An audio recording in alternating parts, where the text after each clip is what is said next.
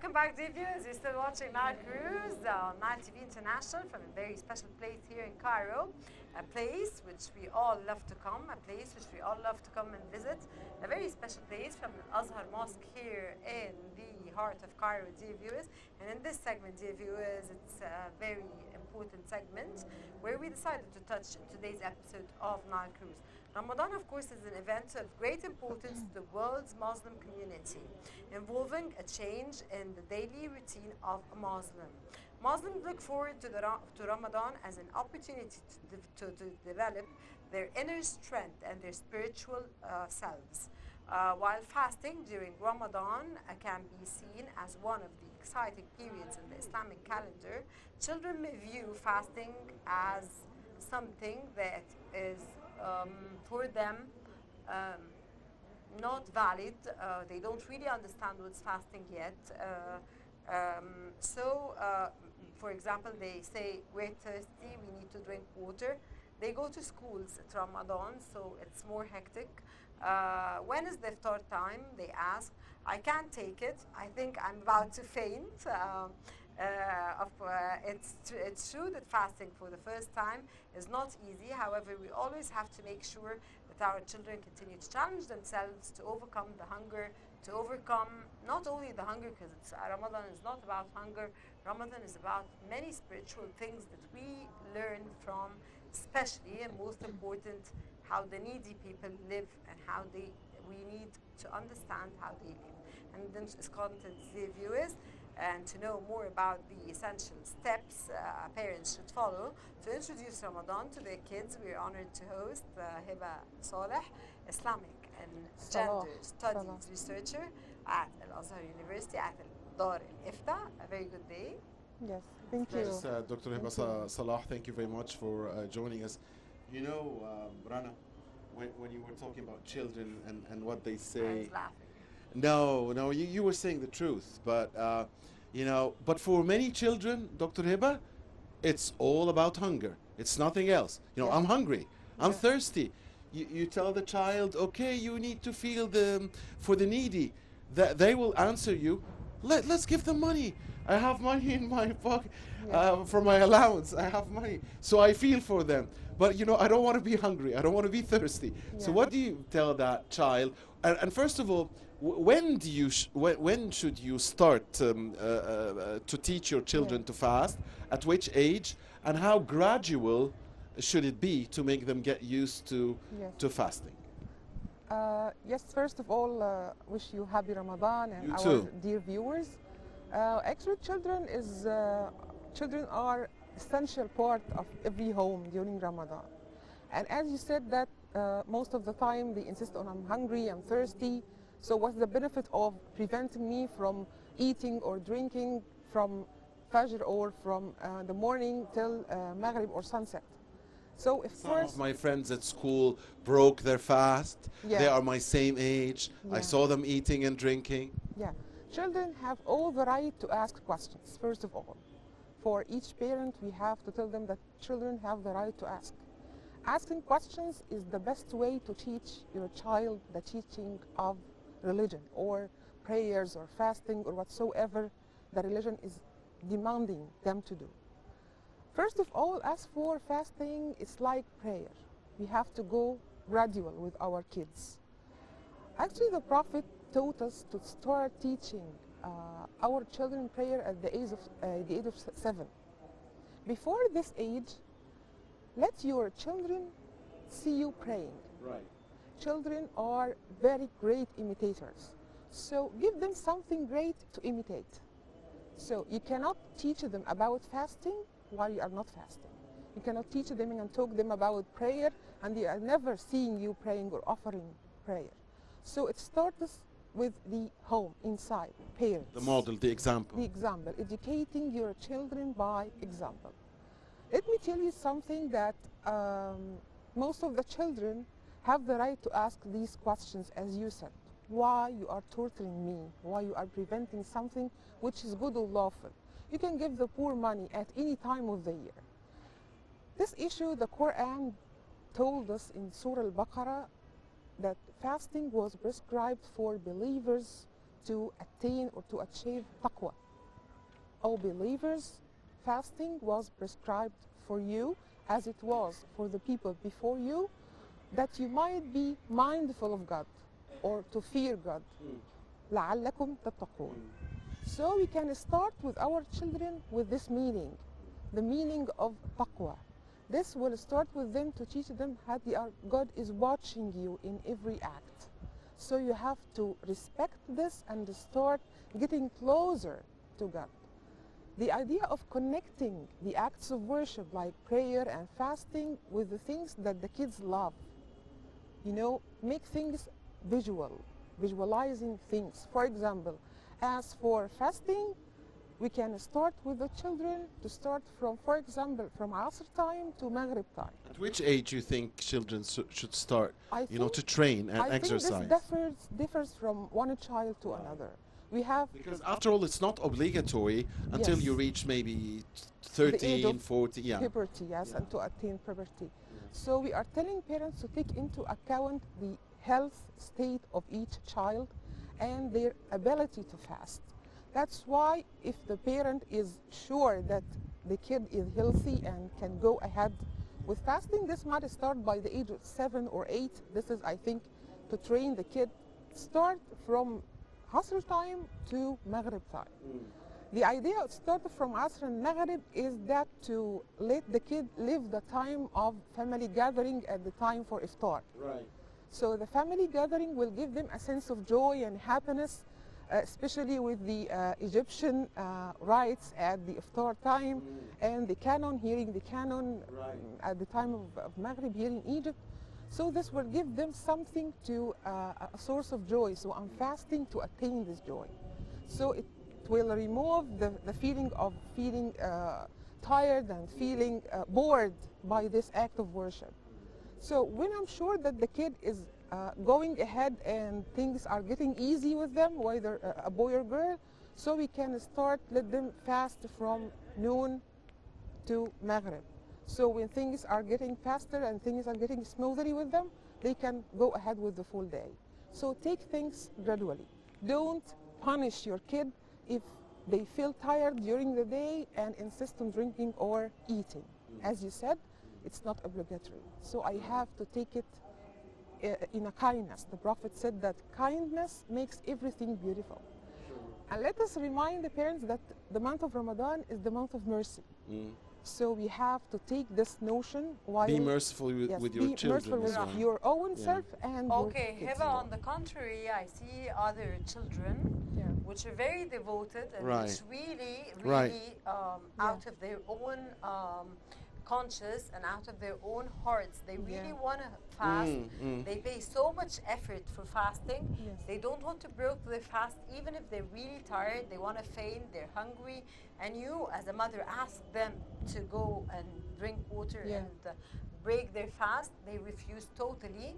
So we see these devoted children. Right. What can we tell these devoted children that are really into considering such a very important month that they see that comes 30 days in a year, and that they really want to be devoted to this 30 days, and they want to be really spiritual. And I think that they bring this out of their parents because they learn this from their parents, because their parents are very into these acts of worship, into being observing fasting, expressing and defining how important Ramadan is, and how there are only 30 days that we can get everything in this 30 days if we ask God for. So they listen and pair upon, they react, and they don't want to break their fast even if you do ask them. I think balance is the key to every happiness while performing acts of worship. So we should not go extremes. If I have a child who is so encouraged, so excited to fast, and I find him or her so devoted, I have to start giving compensation. So the feeling of appreciation or compensation, this will help them go ahead and continue. At the same time, I have to make things clear, because these acts of worship are not obligatory for you at a certain age until you reach a certain age. So I think discussion, opening a discussion with your kid, is the best way to get things on the right place. So most of the parents are getting so excited and happy for having a child or a kid who is 7 or 8 and started to fast at a very early age. That's good, and we have to encourage them. But we have to monitor. We have to monitor the way this may affect their study, for example. As you said, they go to school at this time of Ramadan. They may have exams as well. So as a parent, I have to tell my kid, if you feel tired and you cannot go ahead with your fast, you will not be blameworthy for breaking your fast, because God at the same time gave us as the adult the right to break our fast if we are sick, if we cannot go ahead with our fasting, just to preserve this human being. And the idea that the acts of worship were not legislated to let people suffer, we have to talk much about these issues with our kids. And again, I confirm that give the way to your child to ask. They will have so many questions around these acts of worship. Let them ask, and if you cannot answer any question, you have to ask someone who is specialized in such religious matters or who will help you get over these questions. This is in a nutshell. Right, Dr. Heba, following up on what Rana just said, and this is, part 3, because I had first talked about the children, the naggy ones that keep telling you, I don't want to fast, Yeah. And then Rana mentioned that other example. It's amazing that within the same house, Rana, the same bringing up, the same family, the same father, the same mother, you could have 2 children that are close in age, and one of them would go this way and the other that way. It's amazing. It comes out, it's just the personality. And usually the example Rana talked about is an example of either a macho boy who wants to feel strong, I'm strong, I'm capable, I'm responsible, I'm Superman, I'm a role model, everybody should follow me, or a girl as well, to say I'm stronger than the other girls, and I'm more determined, and I have, and so we shouldn't say that this is better than that, right? Yes. Family has different characters. We are, as a family, my character is different from my sister, from my brother, from my husband, from my wife, etc. So this is the normal. Right. So we have to start at the broad line is that this normal. Difference is normal. The second step is how to get along with these differences. Again, we can say that raising up children, a boy or girl, we should treat them equally. We can start, by example, from the... Dr. Heba, sorry for interrupting, but it's really confusing to some parents how to to generate the discussion. You could be talking to the child that is fasting all the time, entre parenthèses, the strong child, and you would be telling him, you don't have to do that, you should be careful of your studies, you're making it too hard on yourself. And then the other child listens, says, so why are you telling me that I should fast? This is what you were telling him. And then if you talk to the second child, and so this is what I meant. So what do you do? You mean that one child might feel that he's discriminated against. So I think this is a big task for... I don't think the terminology is discrimination as much as it is. We have a brother and a sister that each one has his own standards, some children and works upon his own standards. There is one girl and they keep looking at each other. There is the elder one that decides that she's continuing her fasting, and there is the young one that's tired, and she is tired because she's not yet capable of fasting. What's most important, I think, in this context is to teach your children at this point how to deal with the main spiritual rituals of the holy month of Ramadan. It's more important than fasting. Of course, fasting is number one. No, I'm not discussing this, and it's not my right to discuss it at all. But what I have to do as a mother is to teach my children rituals of Ramadan, how to go and visit my family, and this is very important, how to go to the needy people and feed them, how to spend money on the needy people, the very main important rituals that she should be doing in Ramadan? Yeah, I know. But I have to go with the point Mohammed. that Mohammed. Mr. Muhammad has just raised, that we have differences in our children. First of all, parents should not get annoyed if a child is responding to the teachings and the instructions we are giving them about fasting, and the other one is not responding to the way the parent is expecting him or her to go along with the story or what is going on in this blessed month. So I think that things should be going as take things easy. Don't push your child to do something he or she is not willing or trying to do, you know.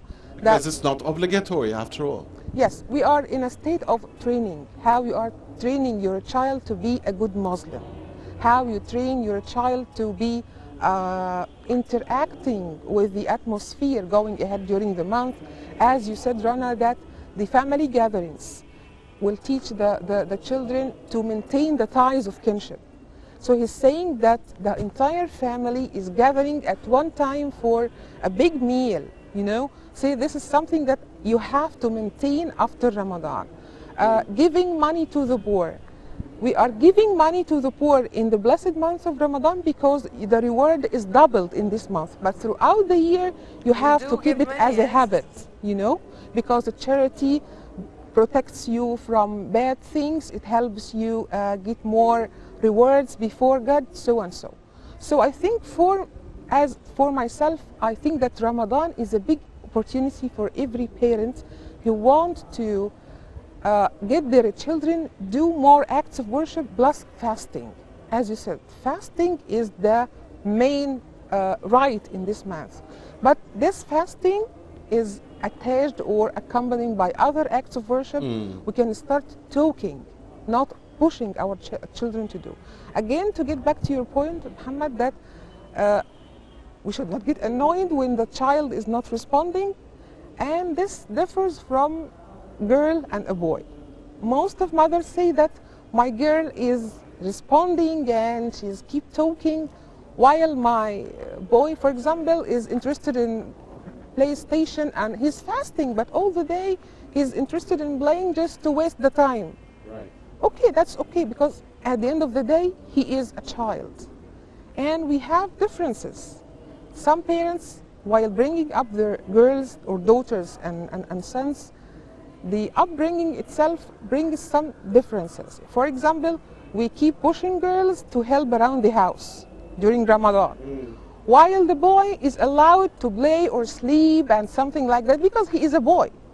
So start with your kids or children, boys and girls, let them engage and share the housework during Ramadan. This is part of maintaining ties as well. So I think this is said, the point. Okay, coexistence is part of Egyptian life, of course. Religious communities come together out of respect and compassion. Yeah. Your say, of course, and would you give us more examples about the coexistence between Muslims and Copts, please? Okay. For me personally, I don't like the word or the way we say that we are uniting, because this is the social fabric of the Egyptian society. You know that the entire world is standing as amazed at what is going in Egypt at any religious occasion, by the way, whether it is a Muslim religious occasion or a Christian religious occasion. We can find Christmas, during Christmas, Muslims are decorating their houses with the tree and exchanging gifts and something like this. It's the vibes of joy around the streets, around the homes. You cannot differentiate who is Muslim and who is Christian. The same happens in Ramadan. One of my friends who lives in Iraq, she is a Christian friend. I was once on social media talking about the vibes of Ramadan and something like this. She told me and she wrote a comment that her daughter keeps asking, when will Ramadan will come in Egypt? Because they love to come to Egypt during Ramadan to live the vibes. Here we don't have the idea of a Muslim and Christian. Some friends told me that they have Christian neighbors who delay their lunch meal till the time of Maghrib to share the time of iftar with their Muslim brothers. So I think this is a unique It happens case. in some job headquarters in schools Yeah. and universities Yeah. that Christians do not respect Yeah. the feeling of that who is prevented from water and from Yes. food, so they don't drink or eat publicly, and this is very Yeah, out of respect to the yeah, and Muslim out of brothers who solidarity. are, yes. So I think this is a unique example of unity stemming from the idea of humanity. Here, faith, the idea of faith or describing someone who is Muslim or Christian, it disappears, and what has come to the surface is the idea of humanity. We are all humans, we respect each other, and living on the same land, so we have to give the world an example of this strong social fabric. Dr. Heba, for Muslims living abroad in foreign countries, in non-Muslim countries, Yeah. Ramadan would have a very different taste. Yeah. Sometimes it's really nice if you are in a city with a big Muslim community, with a big mosque, Yeah. and you go out there and you pray Taraweeh in that city mosque every day. In other places, there are no mosques. In some time zones, you know, fasting lasts for 20 hours maybe or Yeah. something. So talk to us about, you know, Ramadan in non-Muslim countries, and how should parents deal with their children in that case. In that case. Actually, the idea describing Muslims living in non-Muslim communities is the idea of coexistence and integration. And there is a fine line between integration and dissolving in the community. True. Yeah, I have to integrate, I have to engage in the social life, abide by the rulings of the country and respected of the country of my destination, and at the same time I have to maintain my Muslim identity. There is nothing to prevent me from fasting or going to the mosque or something like this. As for parents, parents might find it difficult at the age of when they have teens because of the difference of cultural context or the social customs and traditions. And we have at Egypt Dar al-Ifta, most of the parents, when they send to us living in non-Muslim communities, they ask about social occasions like Halloween or Thanksgiving. Should we go and share? The answer is yes, as long as you are not dissolving or you are not doing something that go against the Islamic Aqidah. As for fasting, the same. Children in Muslim countries living in non-Muslim countries, we have to follow the same pattern we mentioned about going gradually with our children fasting.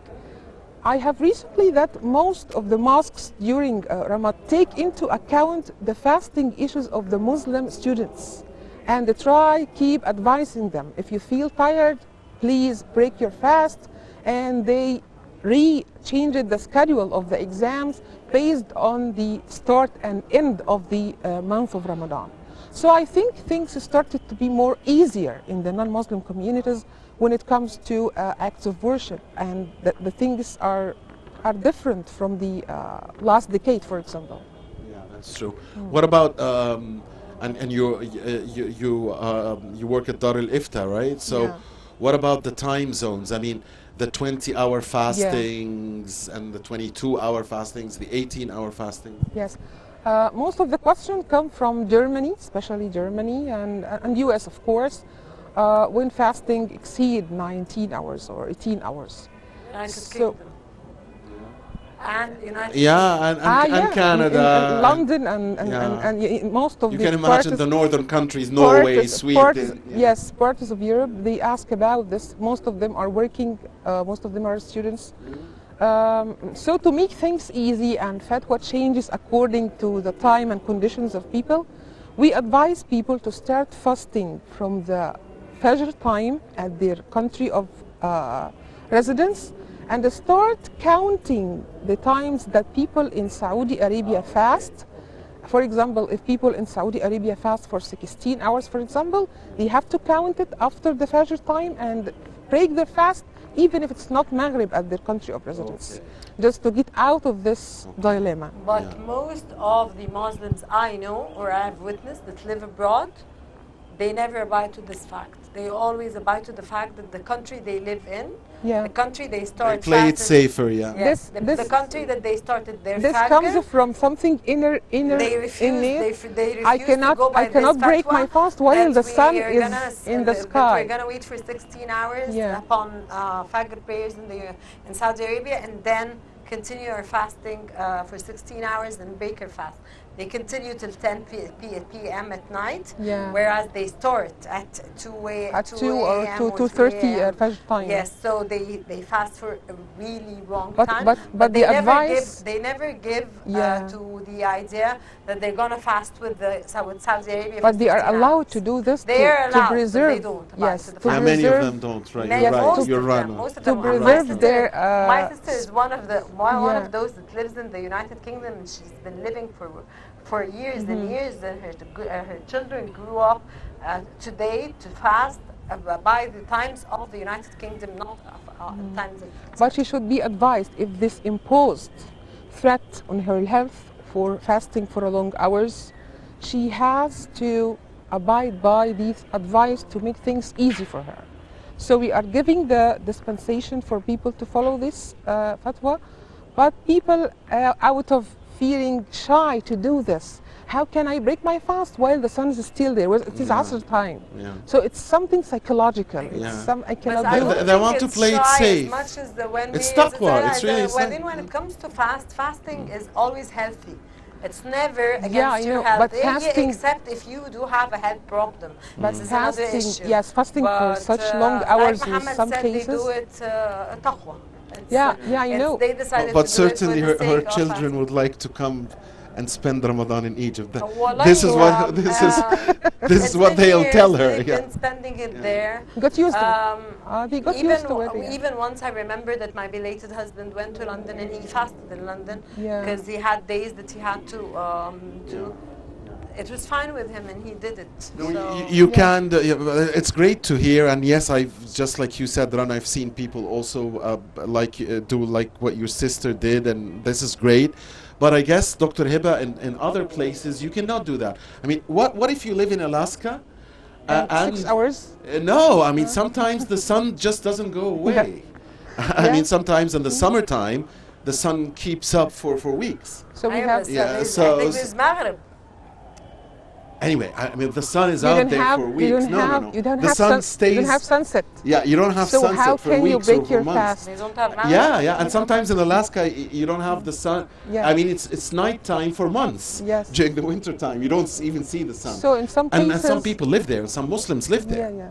Yeah. So in some cases, this, for example, students who have exams, we receive questions from students who are in the faculty of medicine in any one of the European countries, and they have exams that they need to concentrate, and having long time without eating or drinking water might affect their ability to study and go ahead with their exams. So this is something of compromise. We have to.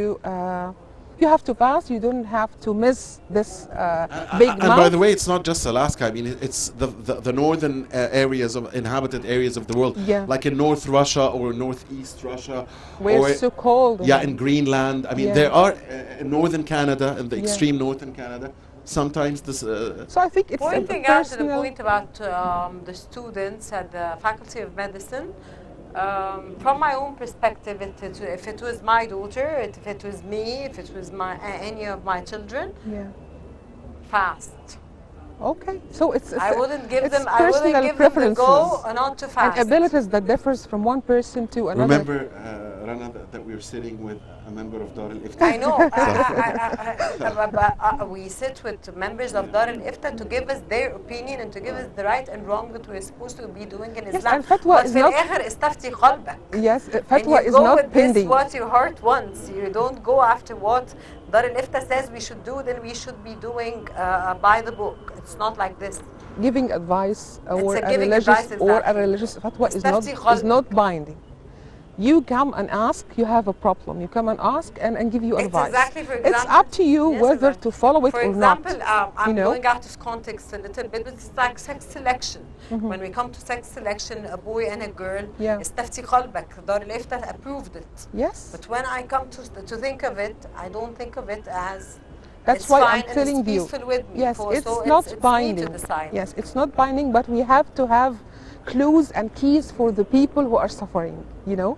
So And if at the end, I see that God does everything for a reason, and God does everything for the best of the person that's doing Yeah. it. For sure. For yeah, sure. sure. So, Sure, I agree. Yeah. Hamad, do you have any more questions? Unfortunately, that's all the time we have, but we really enjoyed having you, Yes, Dr. thank Heba Thank you. I Salah. enjoyed the talk to you. Thank you very much, Dr. Heba. Thank you. Happy Ramadan. Dr. Heba Salah, a researcher Thank you. and a gender Islamic studies researcher, also a member of Dar al-Ifta Observatory. Happy Ramadan. Thank you, and have pleasant Ramadan to you and Dr. your, Heba, and your families. Of course, we had the pleasure of having you today in our program, Nile It's my Cruise, in a own very pleasure. wonderful place like Al-Azhar Al-Azhar Mosque. Mosque, yeah. Of course, Dar al-Ifta is one of the most important places here in this country that we have to go and ask and know everything about. But Yeah. at the end, my point of view is Yeah. استفتي قلبك, and what my heart feels and desires is what I'm supposed to be doing, as long as it is that Dar Within- al-Ifta tells within- me yeah, within the guideline, within in the the guidelines, framework. Guidelines, that I'm not go supposed ahead. to be going Yes. out of. If I wanna fast, I don't wanna fast. Yes, that's Everything true. it's totally Dar al-Ifta, of course, is our main, of course, Reference. a reference that we have to go to, and we have Yeah. to ask about everything. But we thank you so much. Thank you so much. It was my we thank you pleasure very seeing much you. for your role, for answering the phones when we pick up and ask, when we need to ask anything that's related to our religion. You're always there for us. You never hesitate to answer our questions. You answer them and you really do it out of your heart. All of the team that works at Dar al-Ifta. That's true. And that's really and we were really thankful for this. Thank you, so Rana. much. Thank you, Rana. Thank you. It was my Dear pleasure. Dear viewers, this was this segment of Nile Cruise. Hope you've enjoyed being with us as much as we have. Stay tuned. We have much coming up. Don't go away, and happy Ramadan.